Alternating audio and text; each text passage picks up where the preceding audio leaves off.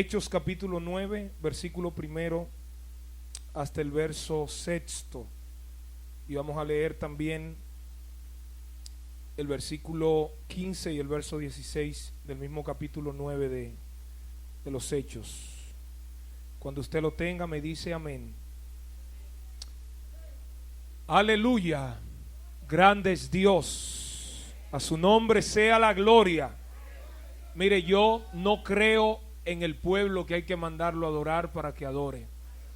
Yo no creo que Dios reciba una adoración que sea el resultado de la presión y del terror.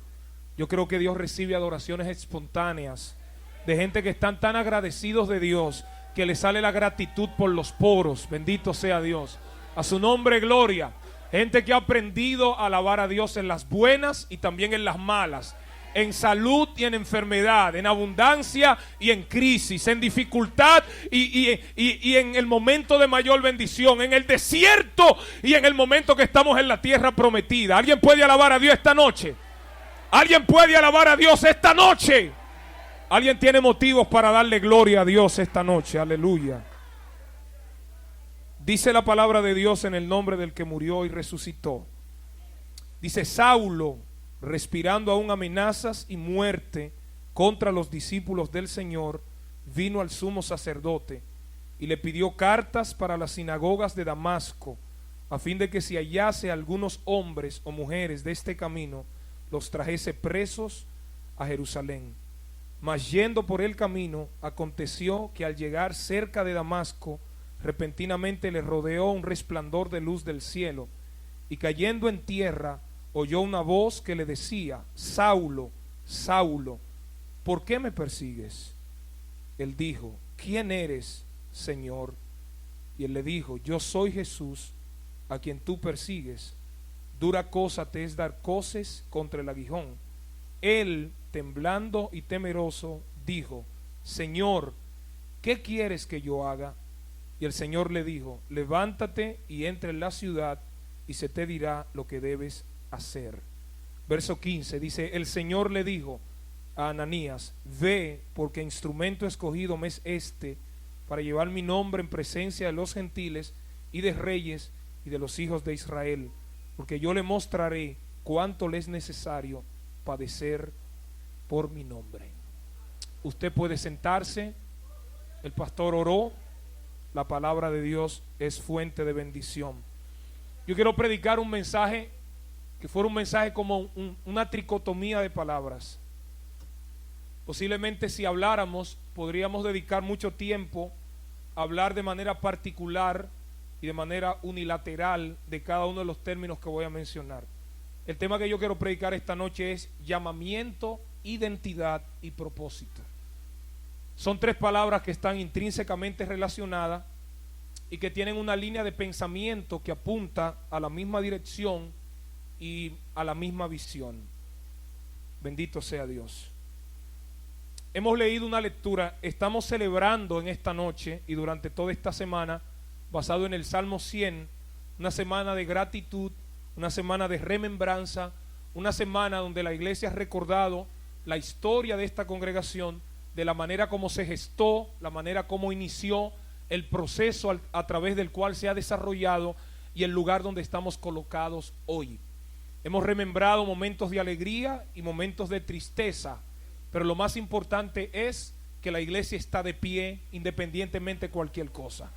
Es decir, esta iglesia ha enfrentado guerras, batallas, dificultades, adversidades, procesos, ha cruzado desiertos, ha pasado amarguras, pero eso no se compara a lo que Dios ha hecho en favor de esta iglesia, porque esta iglesia también ha experimentado gloria, éxito, bendición, ha sido testigo de la fidelidad de Dios, ha sido testigo de la presencia sobrenatural de Dios. Esta iglesia es un pedazo de cielo colocado en la tierra, es un oasis en medio de un desierto, y creo que es una iglesia que lleva en sus venas y en su genética, en su ADN, la gratitud por aquel que ha hecho posible todo lo que estamos viendo esta noche. A su nombre. Esta iglesia que se llama Río de Vida, que es propiedad exclusiva de Cristo, ha tenido un llamamiento tiene identidad y tiene propósito. Y yo creo que aquello que se mantiene a través del tiempo es lo que tiene identidad, pero también aquello que tiene claridad en torno a cuál es el propósito por el cual está en la tierra. Una persona que no tenga identidad y que no tenga propósito es una persona que desconoce su llamamiento, desconoce su esencia, y por eso no puede subsistir ante eventos críticos y eventos contrarios y adversos, que no van a servir para el retroceso, sino para adelantarnos y llevarnos al propósito para el cual hemos sido llamados. Hemos leído una historia hoy que es muy posible que la mayoría de las personas que están aquí la conozcan y la manejen de memoria. Está colocada en uno de los libros más importantes, el libro que es como el nexo entre los evangelios, los sinópticos y el evangelio particular de Juan, y las epístolas paulinas y también las epístolas generales, universales o católicas. Es un libro que marca como el inicio de la iglesia, una manera de inauguración. Por eso hay algunos escritores que han dicho, algunos comentaristas, que este libro no debería llamarse Hechos de los Apóstoles, sino Hechos del Espíritu Santo. Porque si algo vemos con mucha diafanidad en este libro, del principio hasta el fin, es la manifestación y la obra gloriosa del Espíritu Santo obrando y operando en su iglesia y a través de su iglesia. Porque Dios no puede operar a través de la iglesia sin antes operar en la iglesia. A su nombre. Dios no puede utilizar a la iglesia sin primero quebrantar a la iglesia. Dios no puede promover a la iglesia sin antes procesar a la iglesia. Por eso aquí vemos en primera instancia al Espíritu Santo obrando en la iglesia, trabajando en la iglesia, construyendo una iglesia viva y una iglesia efectiva. Y luego vemos al Espíritu obrando a través de esa iglesia en la cual Él ha trabajado con anterioridad. Bendito Dios. Si usted lee, por ejemplo, los 28 capítulos que tiene Hechos, se va a ver de manera muy patente la obra maravillosa del Señor desde el inicio hasta el final.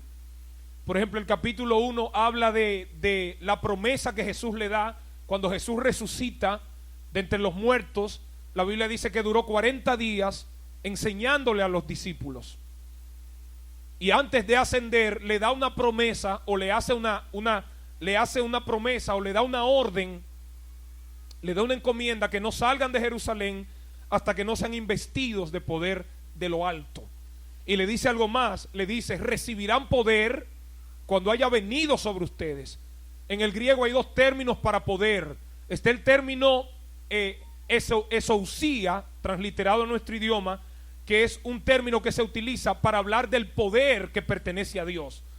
La Biblia habla del poder de Dios porque el poder viene de Él. Por eso la Biblia dice: fortalezcanse en Dios y en el poder de su fuerza. Por eso, a manera de adoración y de doxología, vamos a ver en los salmos cómo se le atribuye a Dios el poder.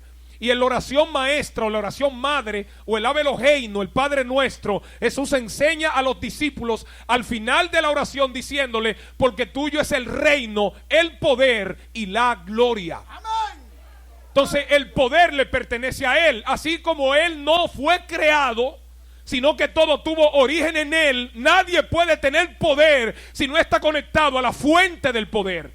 Por eso el poder que tiene la iglesia es un poder delegado por aquel a quien pertenece el poder. Y por eso la otra palabra para poder en griego es la palabra dunamus, que traducido es dinamita. ¿Alguien bendice a Dios?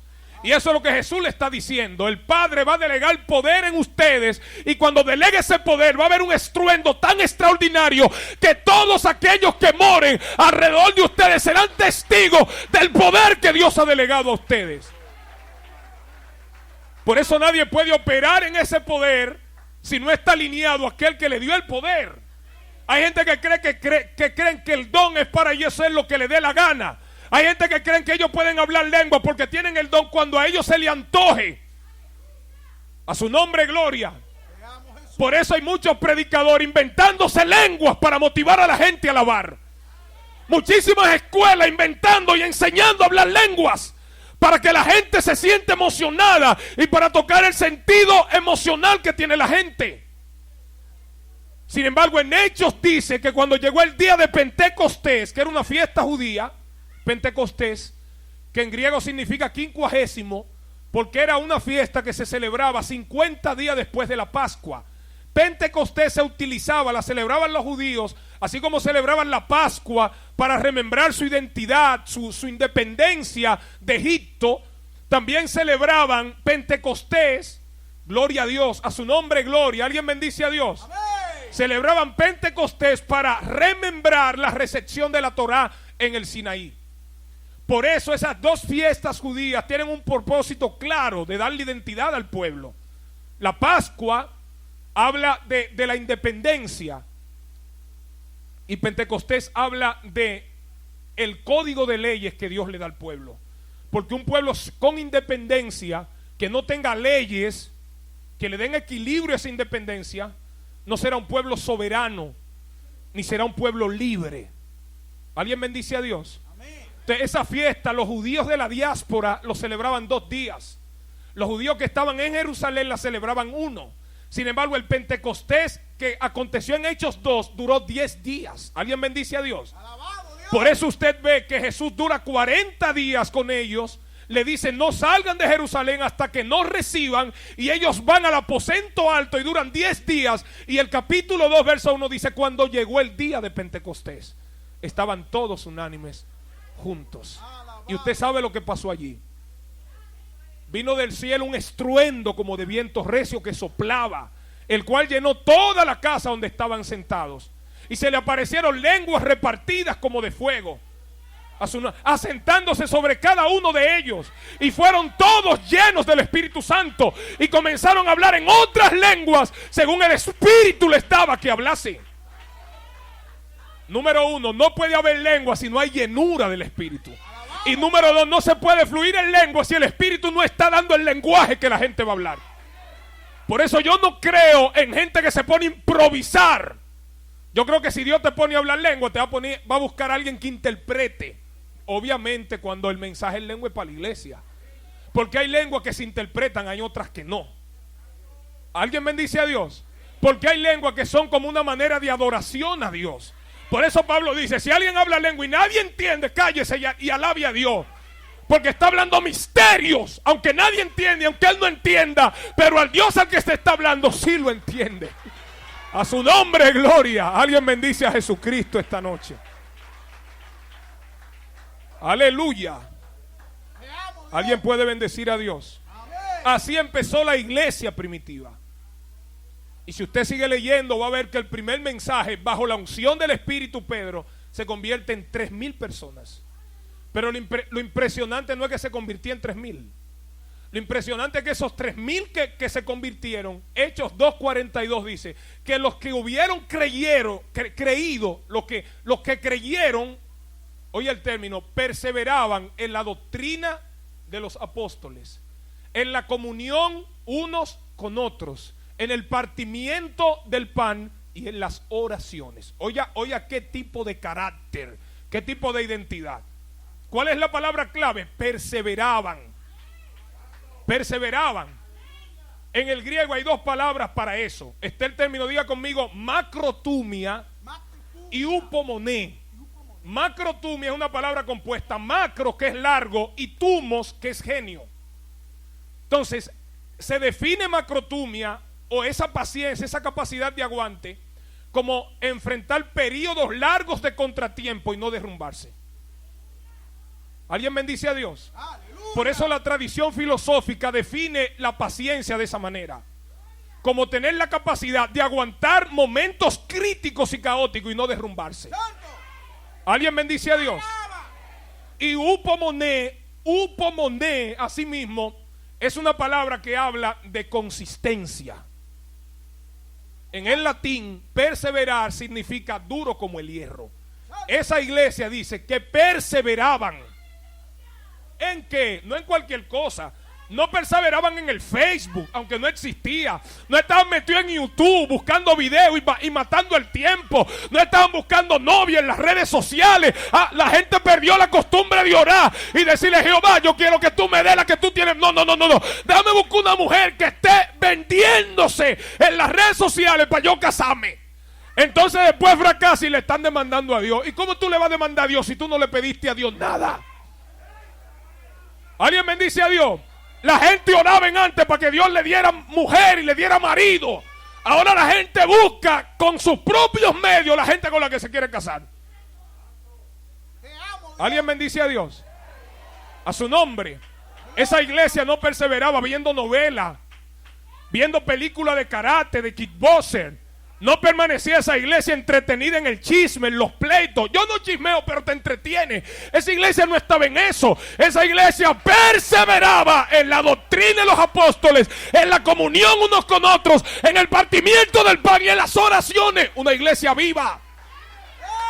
¿Qué produjo eso en el pueblo? Una revolución.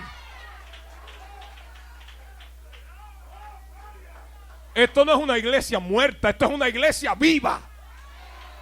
Y el hecho de que usted esté vivo, hay gente que está vivo y quizás no habla mucho, no grita mucho, no salta mucho, no predica mucho, no enseña mucho, no canta mucho, pero tienen una unción por dentro que la gente que no la aguantan. A su nombre, gloria.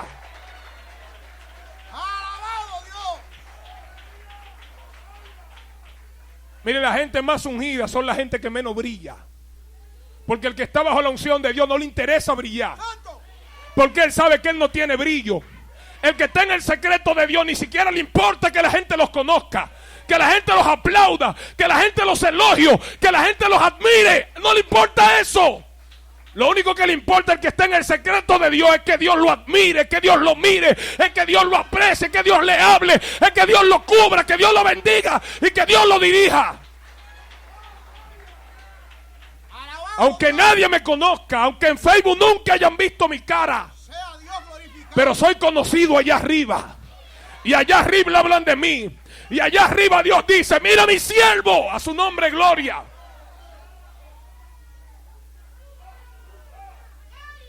Quizás tú te sientes mal porque quizás no te reconocen, porque quizás no te miran, porque quizás no te llaman, porque quizás no te dan una oportunidad. Eso no tiene tanta importancia como lo que Dios te dice cada mañana.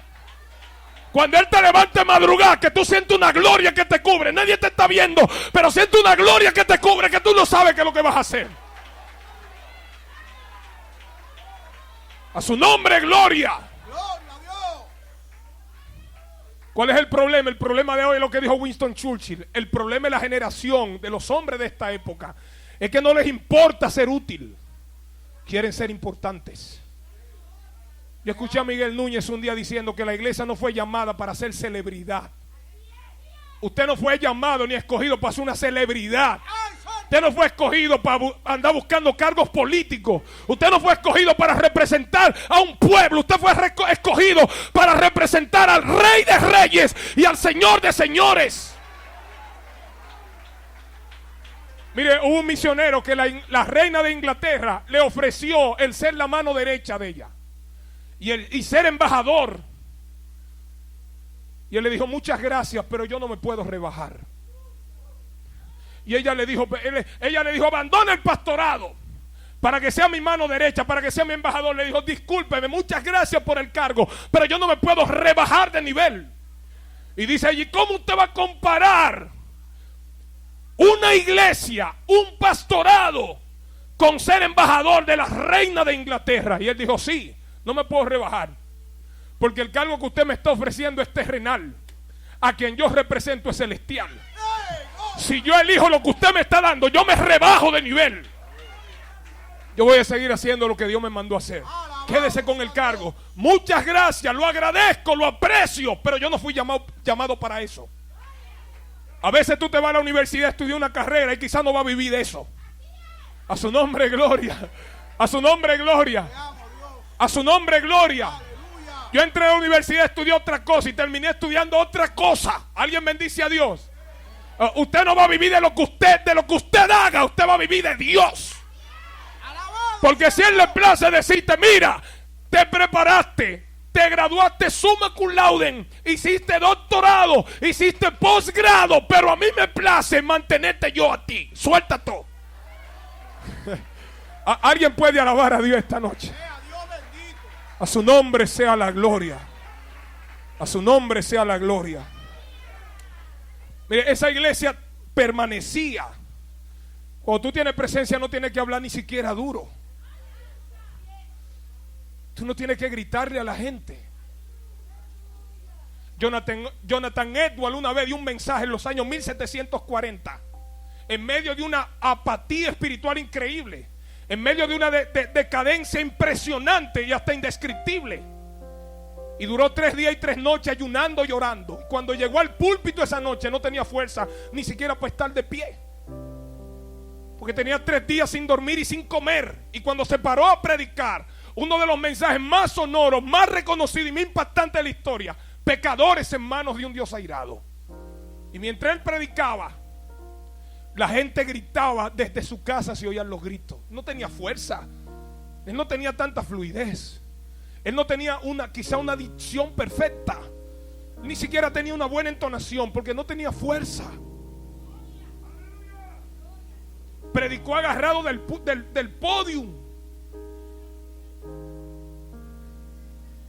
Y se oían los gritos de la gente de su casa. Los que estaban en el templo escuchando el mensaje se agarraban de las columnas del templo, porque pensaban que la tierra se iba a abrir y iban a descender vivos al infierno. Y en un intervalo de 2 a 3 años, de 20,000 a 30,000 personas aceptaron a Cristo. No tenía fuerza. No es tan interesante pararse aquí. Digo, Señor, si tú no me vas a respaldar, a mí no me interesa predicar. A mí ni siquiera me interesa tener una agenda llena. Porque ¿qué sentido tiene eso? Tengo una agenda llena y voy a predicar por ofrendas que me van a dar.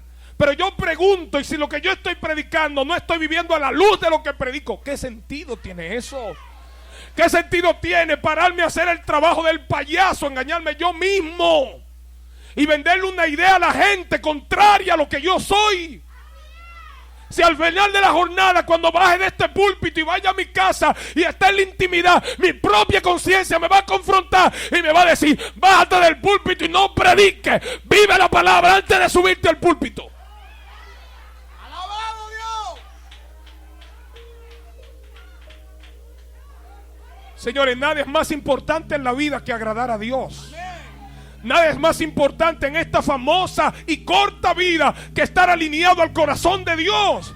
No hay algo más grande en esta vida que Dios diga de ti: ese es conforme a mi corazón.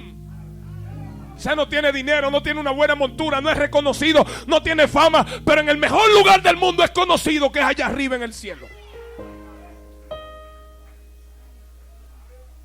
Hemos dedicado la vida a vivir nuestra vida a nuestra manera, buscando nuestros propios deseos, y se nos va la vida de esa manera, lejos del propósito de Dios. Andamos como delincuentes espirituales y como prófugos de la justicia de Dios, como Jonás. Se fue lejos para huir de la presencia de Dios. ¿Y quién puede huir de Dios? ¿Dónde nos podemos meter que Él nos vea? ¿Qué podemos hacer que Él no lo observe? ¿Qué podemos decir que Él no lo oiga? ¿Qué podemos pensar que Él no lo examine?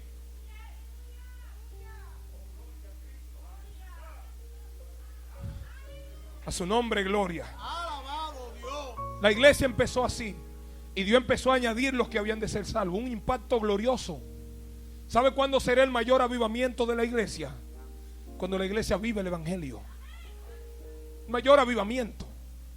El mayor avivamiento no es hablar lengua, no interpretar lengua, no es profetizar, porque es muy sencillo hablar lenguas, muy sencillo predicar, es muy sencillo enseñar un mensaje que toque corazones e impresione personas. Lo que no es sencillo es vivir lo que se predica. Eso no es tan sencillo, porque para entrar ahí hay que morirse, y nadie quiere morirse. ¡Aleluya! Para vivir el evangelio, Dios te tiene que matar y luego resucitarte para vivir el evangelio. Para vivir de acuerdo al evangelio, a la filosofía de Dios, hay que abandonar lo que uno anhela para darle paso a lo que él anhela. Santo. Hay que abandonar sus gustos para seguir el gusto de él. Señor, no me gusta mucho, pero si a ti te gusta, a mí me encanta. No me gusta mucho, no me impresiona mucho, no me llama mucho la atención, ni siquiera tiemblo. Yo voy a decir una palabra que le pregunté a alguien anoche y él sabe quién es. Yo no voy a mencionar el nombre, pero él sabe quién es. Le dije, varón, ¿tú estás enamorado? Me dijo, pastor, estoy amarrado. Él sabe quién es. Estoy amarrado. ¿Y qué fue lo que más te impresionó? Ojalá que no me ponga una multa por derecho de autor. ¿Qué fue lo que más te impresionó? ¿Qué te llamó a la atención? La manera como ella corrió al altar. Es decir, a mí no me impresionó que tenía un cuerpo escultural, que se hizo una lipo, que se puso glúteos, que se puso senos, pechos. A mí no me impresionó que tenía una cara bonita, que el pelo le llegaba a los glúteos, que tenía una cinturita como de abeja. A mí no me impresionó eso. A mí me impresionó la manera como ella corrió al altar. Porque si yo me caso con una mujer que corre al altar, me va a tener a mí en el altar. Eso me impresionó. A él le impresionó eso y a mí me impresionó la respuesta de él. A su nombre, gloria. La iglesia empezó a crecer, pero a medida que la iglesia crecía, el diablo también se acrecentaba y operaba. Pero esta iglesia tenía tanto fundamento. Señores, este evangelio no es un evangelio de emociones, es un evangelio de convicciones. No podemos servir a Dios por lo que sentimos. Tenemos que servir a Dios por lo que creemos de Él. Porque te van a llegar momentos que tú vas a sentir todo menos a Dios. Pero eso no quiere decir que Él no está contigo. Porque Elías se sentía solo y entró en depresión y le dijo a Dios, mátame, yo no quiero vivir, yo no soy mejor que mis padres. Y Jehová no le dijo nada, le preparó comida y le dijo, levántate, come y bebe. Le envió un ángel. Y el hombre se quedó dormido otra vez porque está depresivo. Está en un estado emocional bajo, tocó fondo después de ver una gloria grande. No te enamores tanto de la gloria, enamórate del Dios de la gloria. No te enamores tanto de los eventos que pasan en tu vida, enamórate del Dios que provoca los eventos. No te enamores del ministerio que tiene, enamórate del Dios que te dio el ministerio. No te enamores del don, sino del Dios que te dio el don. No te enamores de la iglesia donde está, enamórate del Dios a quien pertenece esa iglesia. No te enamores tanto del canto, enamórate del Dios a quien tú cantas. Porque a veces cuando más aferrados estamos a las cosas es cuando Dios dice, te voy a desconectar. Entonces te duele. A su nombre sea la gloria. Aleluya. Saulo era un azote para la iglesia. Pero mientras más Saulo azotaba, la iglesia más se acrecentaba. La iglesia más crecía. Porque hay una palabra sobre la iglesia que nadie la va a cambiar. Los tiempos pasan, vienen y van. La gente viene y se va. Pero hay una palabra sobre la iglesia que nadie la mueve. Porque no es una palabra de hombre, sino una palabra que tuvo origen en el corazón de Dios. Jesús le dijo a Pedro, sobre esta roca edificaré mi iglesia. Increíble, porque Pedro viene de Petra, que significa piedra, roca pequeña. Y él no le está diciendo sobre ti, está diciendo sobre lo que tú estás diciendo, sobre la revelación que tú has tenido. Yo digo que tú eres el Cristo, el Hijo del Dios viviente. Jesús le dice, sobre esa roca, sobre lo que has dicho, edificaré mi iglesia. Y ni las puertas del Hades prevalecerán contra él. ¿Sabe por qué la iglesia ha permanecido? Y ha sobrevivido a la hoguera. Sobrevivió a Nerón. Sobrevivió a Diocleciano. Sobrevivió a las catacumbas. Sobrevivió al anfiteatro romano, a las fieras. Sobrevivió a la iglesia católica, apostólica y romana. ¿Alguien bendice a Dios? Amén. ¿Sabe por qué la iglesia sobrevivió? Porque Jesús dijo, ni las puertas del Hades prevalecerán contra ella. Alabado sea Dios. Yo recuerdo que en la iglesia que yo me congregaba, había una mujer que era, es decir, cerca de la iglesia había una mujer que era bruja. y tenía un colmado. Y esa bocina estaba, ya usted sabe, rompiendo tímpanos de oído. Y un día llegó la policía y le llevó las bocinas. Y ella dijo cuando le estaban llevando la bocina: pero llévense la bocina de la iglesia, los evangélicos, que se pasan todas las noches voceando y hablando duro. ¿Sabe lo que le dijo el capitán? Bueno, para llevarnos la bocina de la iglesia hay que pedirle permiso al de arriba.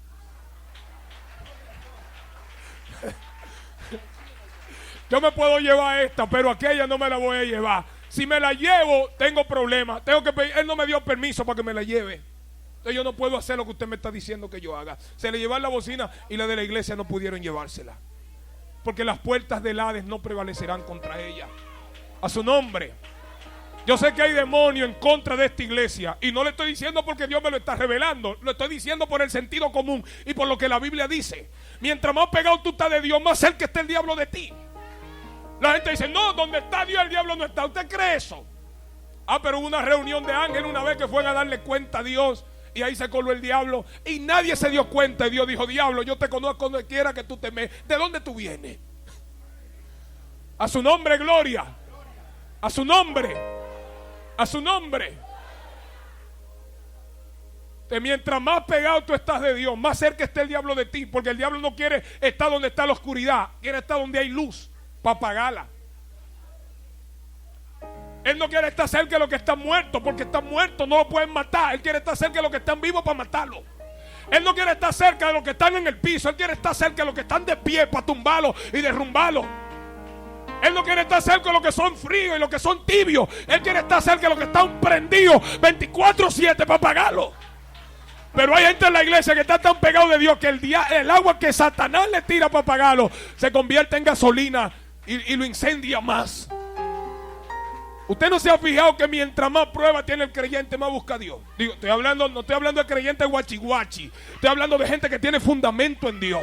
Mientras más le dan, más buscan. A su nombre. Mientras más lo azotan, más se acerca. La mamá mía que está por allá, ella sabe. Y ahí se me pusieron una disciplina y ni siquiera sabe por qué la tiene. Sin razón. Y los otros días la llamo en la mañana y el pastor sabe que tiene una trompeta ella. Ella sabe, ya me estoy yendo. Y me dice: ay, mi hijo, me estoy acabando de levantar ahora.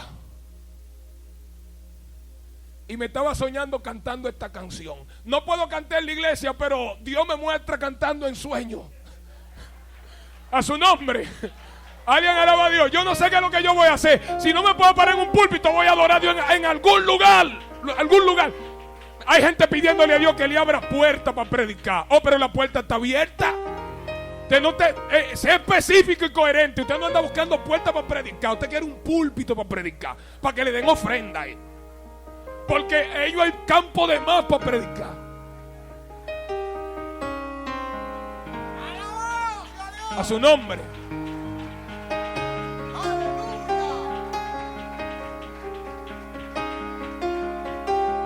A su nombre sea la gloria. Saulo era un azote, Dios lo utilizó.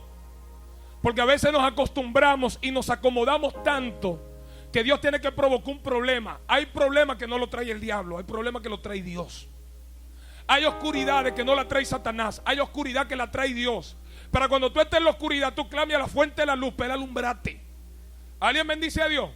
El proceso que le vino a Job no fue el diablo que lo provocó, fue Dios que lo motivó. No es Satanás que pregunta por Job, es Dios que le da referencia. ¿Ha considerado a mi siervo Job? Mire, si usted ha leído la historia de la iglesia, si usted ha tenido la oportunidad de leer los libros de la historia de la iglesia de Justo L. González, que son 2 tomos, le va a dar cuenta todo lo que la iglesia ha tenido que pasar a través de los tiempos. No ha sido sencillo. Bendito Dios, no ha sido fácil. Ha sido un proceso. Jesús le dijo a los discípulos: me van a ser testigos en Jerusalén.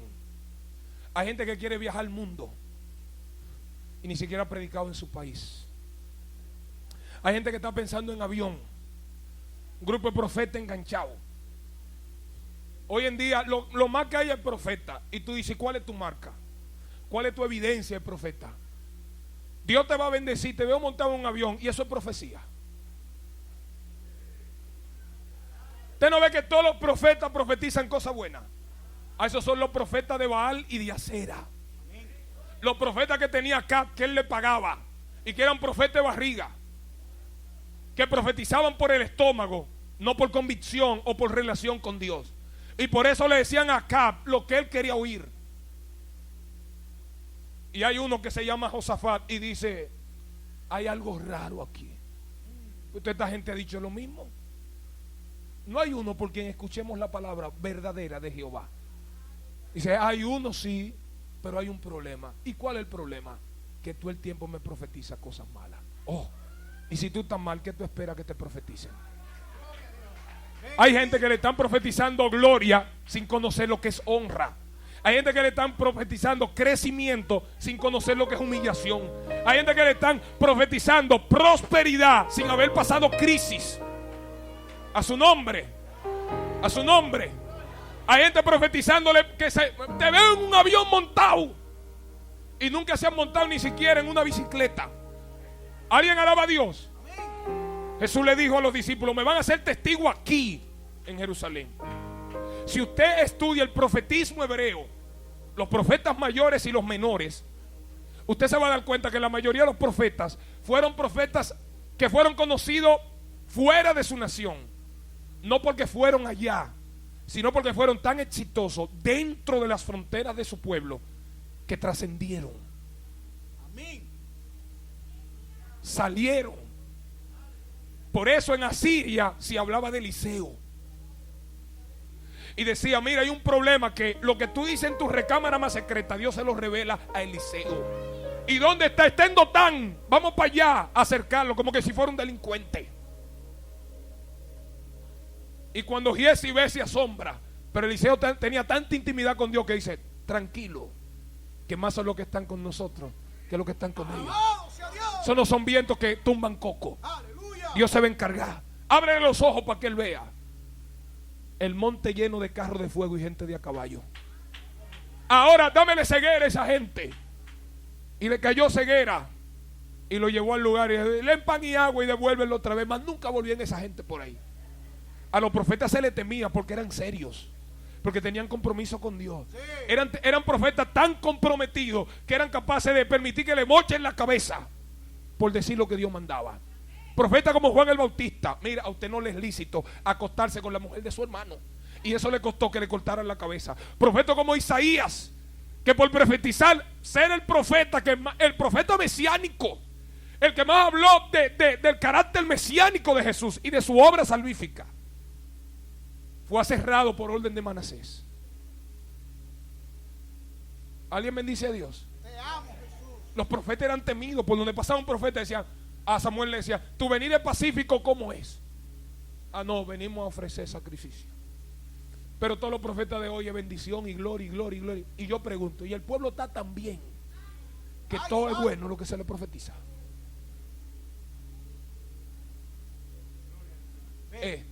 La condición de la iglesia está tan bien que lo que está el oráculo de Dios solamente es cosa positiva. Los profetas no hablan de arrepentimiento.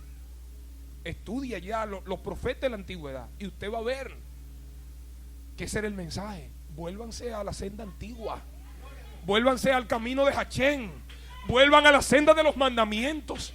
Cambien de actitud, cambien de mentalidad, cambien de propósito, cambien de vida, alíñense a Dios. Ese era el propósito de los profetas. Entonces la iglesia se acomodó tanto que se quedó en Jerusalén, experimentando la gloria, viendo los milagros suceder, viendo los enfermos, los paralíticos levantarse.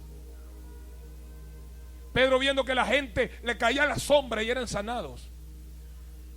Entonces Dios dijo, yo voy a vivir esta iglesia. Y yo no la voy a vivir dándole un avión, un jet privado.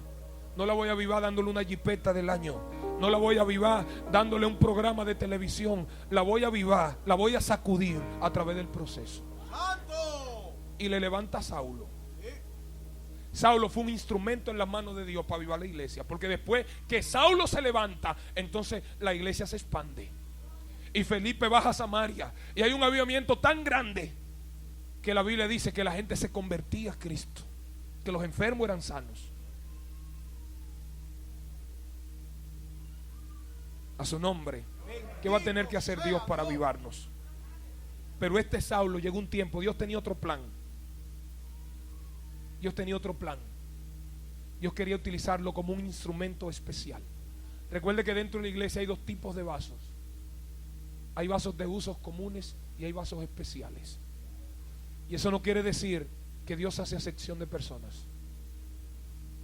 Eso quiere decir que hay personas dentro de la iglesia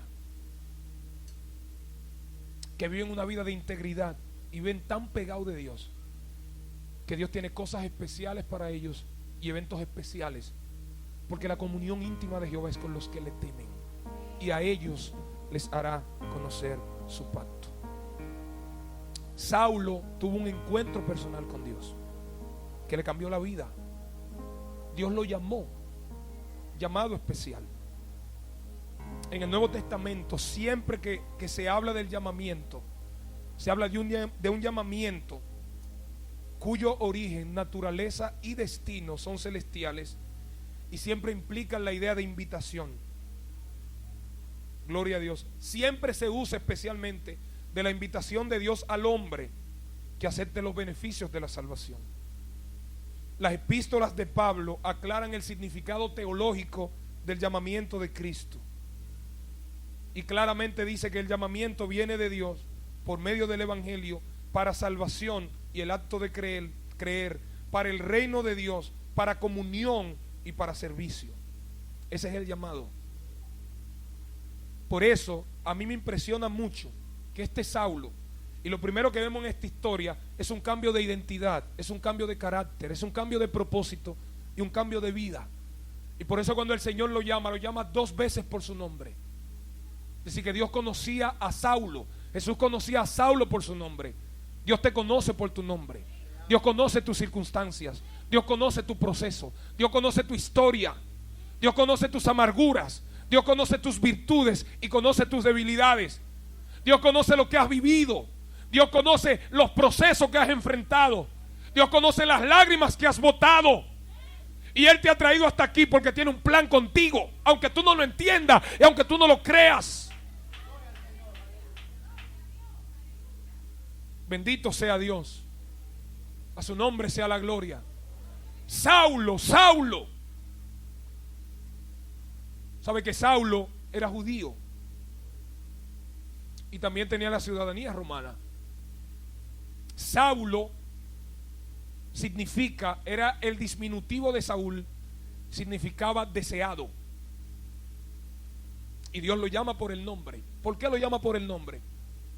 Porque el nombre en la cultura judía o en la cultura semita, el nombre era más profundo que una nomenclatura a través del cual se nombraba a una persona. El nombre, por eso los judíos eran cuidadosos a la hora de colocar nombres a sus hijos. Había nombres prohibidos. Por ejemplo, los nombres de las tormentas y de los ciclones era prohibido ponérselo a un niño judío, porque el nombre hablaba de naturaleza, de carácter, de misión profética y de vida. Por eso el nombre definía lo que tú eras. El nombre definía tu carácter. Cuando a ti te nombran o te ponen un nombre, te están marcando directa o indirectamente. Saulo significaba deseado. Y cuando Jesús lo llama por su nombre y le dice: ¿por qué me persigues? Bendito sea Dios. ¿Por qué me persigues? Yo sabía lo que estaba haciendo. Llegó el momento de yo confrontarte. ¿Por qué me persigues? Y aquel que era el guapo dice: ¿quién eres, Señor? Lo llama Señor. Está diciendo: yo soy siervo. Yo soy Jesús a quien tú persigues. Y duras cosas es dar patadas repetidas contra el aguijón, contra la puya. Es como decir: el pleito tuyo conmigo es como el pleito del huevo y la piedra. Tú no vas a poder conmigo. yo te voy a mostrar que yo voy a tomar el control de tu vida. Hay un cambio de identidad. El llamado habla de eso. Por eso, si el Señor te llama, tú tienes que empezar a cambiar. Tú tienes que ser diferente. Una cosa es estar en la iglesia y otra cosa es estar en Cristo. Una cosa es venir a un culto y gozarse y levantar las manos y vocear, y otra cosa es tener a ese Dios al que alabamos por dentro, gravitando y gobernándonos. Son dos cosas distintas. Dios nos invita a un cambio de vida, a un cambio de mentalidad, a un cambio de propósito, a un cambio de carácter, a un cambio de naturaleza. Dios nos cambia y nos lleva a renovar nuestra cosmovisión, nuestra manera de ver la vida. Por eso cuando la gente se encuentra con Cristo, la vida le cambia drásticamente. Porque cuando tú te encuentras con Cristo, Él se convierte en tu historia, en tu vida, en el motor que te conduce, en la esencia. Tú te levantas pensando en Él. En el día sigues pensando en Él. En la tarde continúas pensando en Él. Te vas a la cama pensando en Él. Hasta te sueñas con Él. Porque lo tienes por dentro. Tienes la mente de Cristo. Y tienes más de 100 millones de neuronas lavadas por la sangre de Cristo y orientadas a pensar en Él. Tu pensamiento piensa en pureza. Porque si tú eres puro, vas a pensar en lo puro. Y tu mente va a girar en torno a los sueños y a los deseos de Dios para tu vida. Pero además de un cambio de identidad en torno al llamado, hay dos preguntas interesantes. Y yo voy a finalizar hablando de esas dos cosas. Hay dos cosas que pregunta Saulo que a mí me llama la atención. Él le dice: ¿quién eres, Señor? Y luego le dice: ¿qué quieres que yo haga? Bendito sea Dios. Alabado Dios. ¿Quién eres, Señor? ¿Qué tú quieres que yo haga? Fíjese una cosa. Él primero no pregunta: ¿qué quieres que haga? Primero dice: ¿quién eres? Porque no se puede entender la naturaleza del llamado sin entender la naturaleza de quien nos llamó. A veces nosotros venimos a la iglesia y se nos enseña a pedirle a Dios que para qué nos llamó. Que si hemos sido llamados a ser predicadores, a ser pastores, a ser profetas, a ser evangelistas. Pero muchas veces no nos enseña a conocer al Dios que nos marca para hacer eso. Es más importante conocer al que nos llama que conocer el propio llamado. Él es más importante que el llamado. Él es más importante que la misión. Él es más importante que la tarea. Él es más importante que la obra. Él es más importante que los dones. Y yo pregunto: ¿de qué estamos enamorados? ¿Del don o del que nos dio el don? ¿Del ministerio o del dueño del ministerio? ¿De la obra o del dueño de la obra? ¿Estamos enamorados de un púlpito o de aquel a quien ministramos a través del púlpito? ¿Quién eres, Señor? Yo no puedo entender para qué he sido llamado sin conocer a quién me llamó, a quién me marcó, a quién me dejó ciego, a quién me hizo rodar por tierra con simplemente hablarme. Señores, Saulo oyó la voz de Dios y cayó por tierra y quedó ciego. Yo no sé cómo hay gente que dice que oye la voz de Dios y se quedan normal, como que se están comiendo una empanada de la que se van a comer allá abajo después que terminemos el culto. Saulo oyó la voz de Dios que le dijo: Saulo, Saulo, ¿por qué me persigue? Y se cayó por tierra y quedó ciego. Y el impacto fue tan fuerte que duró 3 días ciego.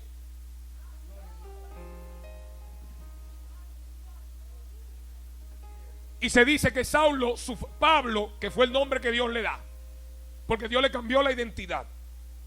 ¿Cuál es tu identidad? ¿Cuál es tu marca? ¿Cuál es tu esencia? ¿Qué es lo que te define? ¿Cuál es tu naturaleza? ¿Sabes lo que tú eres? La Biblia dice que tú eres hijo de Dios. La Biblia dice que tú eres predestinado.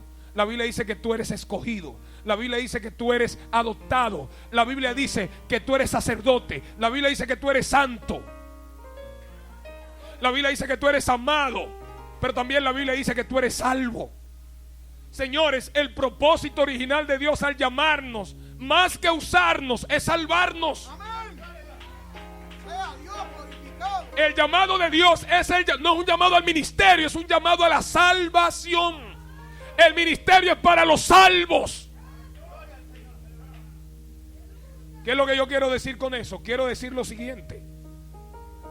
Quiero decir que hay gente, a veces estamos muy enfocados en el llamado y no en la salvación. Y lo más importante que hemos recibido de Dios, y yo creo que eso nos debe mantener de rodillas delante de Dios y nos debe mantener inclinados ante Él, porque Él nos dio lo más valioso que podemos obtener. Nos dio la salvación. A su nombre. Y oiga bien, hay gente que está esperando llegar al cielo para disfrutar la eternidad. La salvación no es un asunto del futuro, es un asunto del presente. Por eso la Biblia dice: el que cree en el Hijo tiene, no dice tendrá, tiene vida eterna.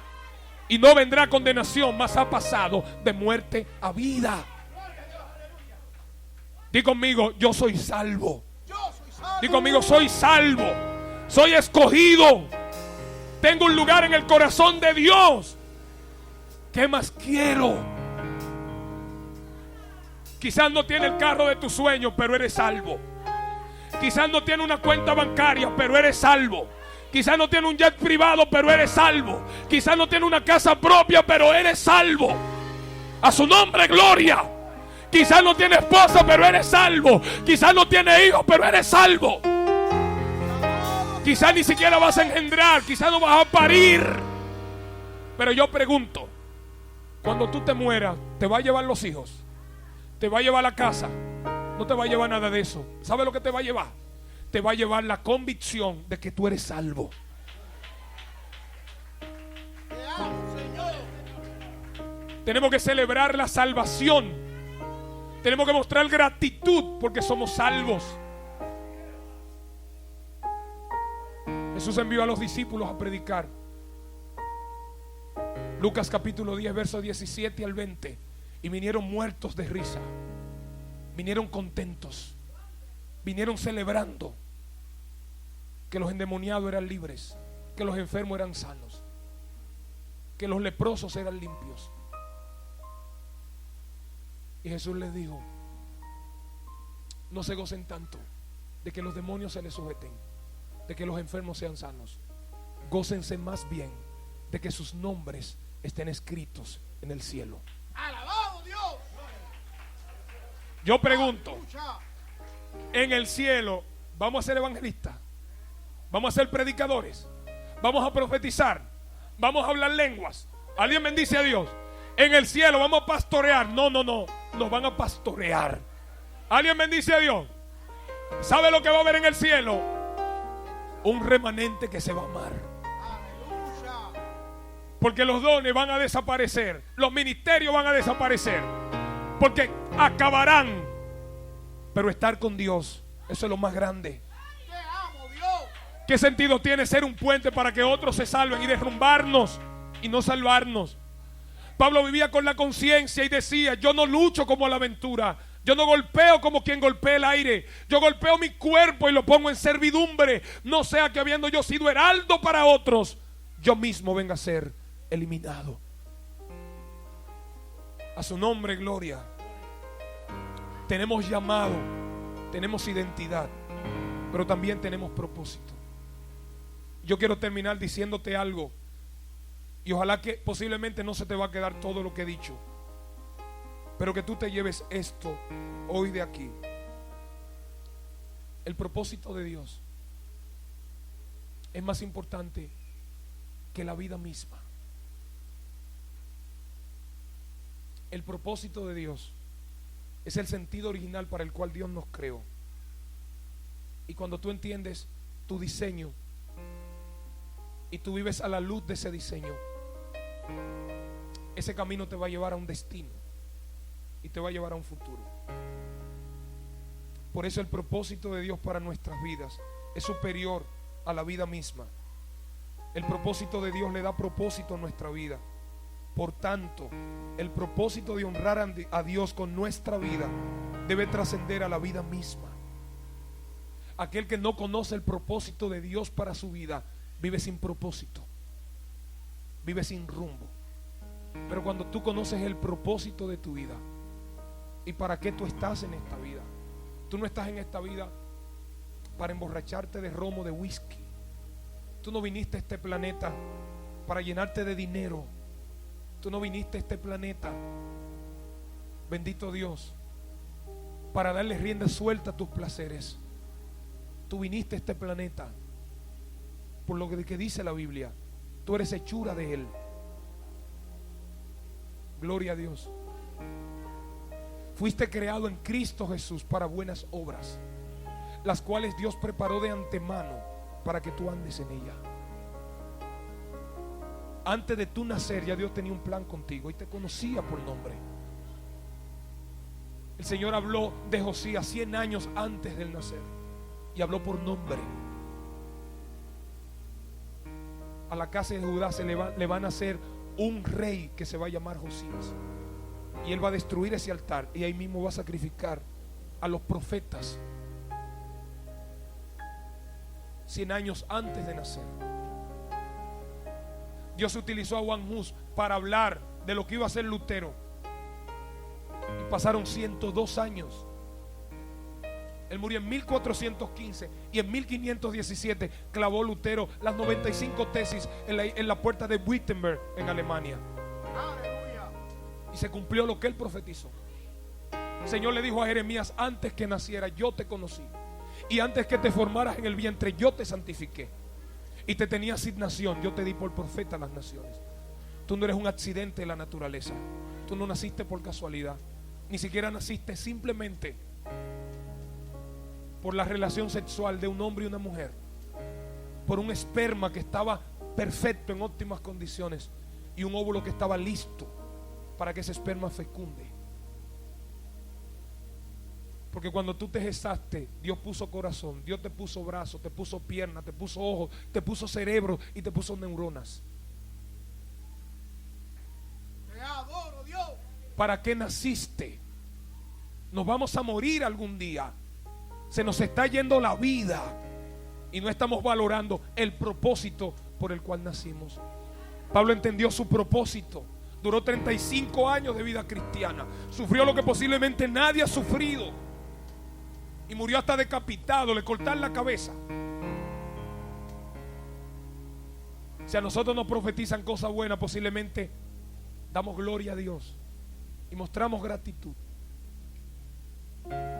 ¿Sabe que el término judío o yehudí significa agradecer en hebreo? Y ese nombre se lo puso Lea para mostrar gratitud a Dios por darle la oportunidad de parir un nuevo hijo. Por eso el judío lleva en la sangre la gratitud, porque la gratitud es la memoria del corazón. Si sé que los judíos dan más de 100 veces gracias a Dios durante el día. Estamos dando gracias a Dios por lo que Él ha hecho, por lo que Él nos ha dado. Posiblemente si nos dicen cosas bonitas nos gozamos, pero cuando nos pasan cosas que no son tan bonitas, no es que son feas, es que no son tan bonitas. No, nos pasan cosas que no son muy buenas, no es que son malas, es que no son muy buenas. Nos quejamos y nos olvidamos que Él nos escogió, que nos salvó, que nos justificó, que nos regeneró, que nos puso nombre, que cambió nuestra identidad, que nos dio vida, que nos mantiene vivos, que nos dio ministerio, que nos dio familia. Nos olvidamos de eso. Olvidamos nuestro llamamiento, olvidamos nuestra identidad y olvidamos el propósito. Pablo conoció su propósito. Y un día Dios le dijo en Hechos 20, 23 al 24. Dijo a Agabo: ¿quién es el dueño de este cinto? Al dueño de este cinto lo van a amarrar con él. Y Pablo le dice a la iglesia de Mileto en Éfeso, una iglesia que él amaba y que ella lo amaba, una iglesia en la cual pastoreó 2 años y medio, una iglesia en crecimiento, una iglesia saludable. Y Pablo le dijo estas palabras: yo voy a Jerusalén sin saber lo que allá me espera, salvo que el Espíritu me ha dado testimonio que me esperan tribulaciones, que me esperan cárceles. pero de nada de eso hago caso. Oiga esto, ni estimo preciosa mi vida para mí mismo. Lo único que me importa es terminar mi carrera con gozo y el ministerio que recibí del Señor. Me esperan humanamente tragedias, pero conocí el propósito de mi vida, y ese propósito trasciende a mi propia vida, porque ya yo no vivo para mí, yo vivo para Él. Voy allá porque es plan de Dios que vaya, y como es la voluntad de Dios que vaya, yo me expongo a que me atribulen, a que me cancelen, aunque me persigan, a que me maltraten, porque mi propósito está allá, porque ese es el propósito de Dios. Dios te llamó, te dio identidad y te dio propósito. Vamos a caminar a la luz de eso, y vamos a hacer una iglesia de victoria. Vamos a hacer una iglesia bendecida, y seremos una iglesia fiel. Dios le bendiga esta noche. Den un aplauso.